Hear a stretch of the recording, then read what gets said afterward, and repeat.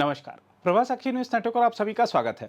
पाकिस्तान के प्रधानमंत्री शहबाज शरीफ ने आखिरकार स्वीकार कर लिया है कि भारतीय वायुसेना ने उनके नूर खान एयरबेस और अन्य ठिकानों पर हवाई हमले कर भारी नुकसान पहुंचाया है।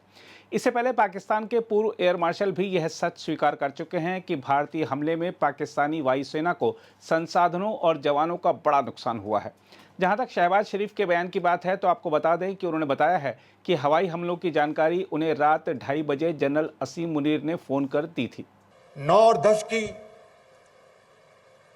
दरमियानी रात में तकरीबन 2:30 बजे सिपह सलार जनरल सईद आसिम मुनीर ने मुझे सिक्योर फोन पे मुझे बताया कि वज़ीर-ए-आज़म साहब, हिंदुस्तान ने अपने बैलिस्टिक मिसाइल अभी लॉन्च किए हैं, एक नूर खान एयरपोर्ट पे गिरा है और कुछ और दूसरे इलाकों में गिरे हैं।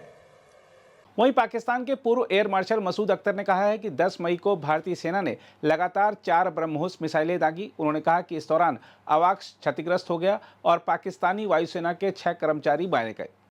नेक्स्ट मॉर्निंग ही came with surface to surface missiles. वो भी फिर आर्मी और एयरफोर्स ने, आर्मी ने अल-फतह हमारे मिसाइल मारे और एयरफोर्स ने, ये जो आप सुबह की बात कर रहे हैं, ये 10 की सुबह को हुआ, बिकॉज मेरी कुछ लोगों से बात भी हुई। उस बेस के ऊपर 4 surface to surface BrahMos missile आए। सरफेस टू सरफेस या एयर टू सरफेस, ये मुझे नहीं पता।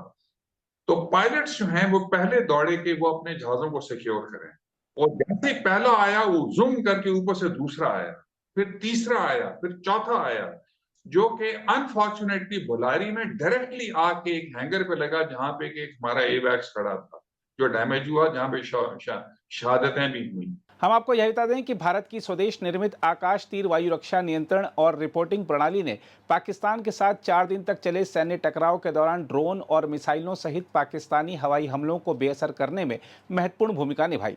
भारतीय रक्षा मंत्रालय ने कहा है कि जहां पाकिस्तान आयातित HQ-9 और HQ-16 प्रणालियों पर निर्भर था, जो भारतीय हमलों को रोकने में विफल रहीं, वहीं आकाश तीर ने स्वचालित वायु रक्षा में भारत के दबदबे को प्रदर्शित कर दिया है।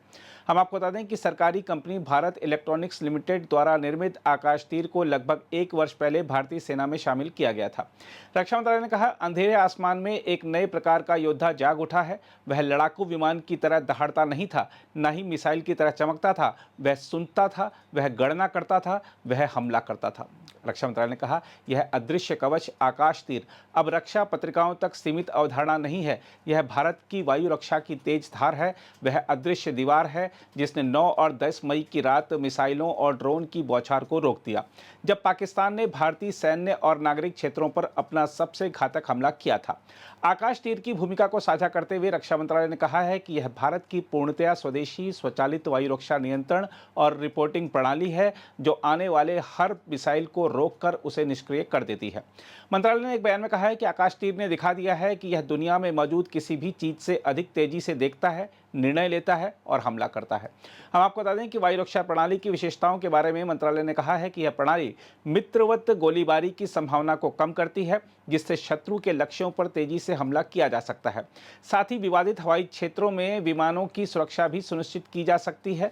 मंत्रालय ने कहा है कि आकाश तीर क्रूर बल के बारे में नहीं है, यह बुद्धिमान युद्ध के बारे में है। यह प्रणाली सभी संबंधित पक्षों यानी नियंत्रण कक्ष, रडार और डिफेंस गन को एक सामान्य तात्कालिक समय की हवाई तस्वीर प्रदान करती है, जिससे समन्वित हवाई रक्षा अभियान संभव होता है।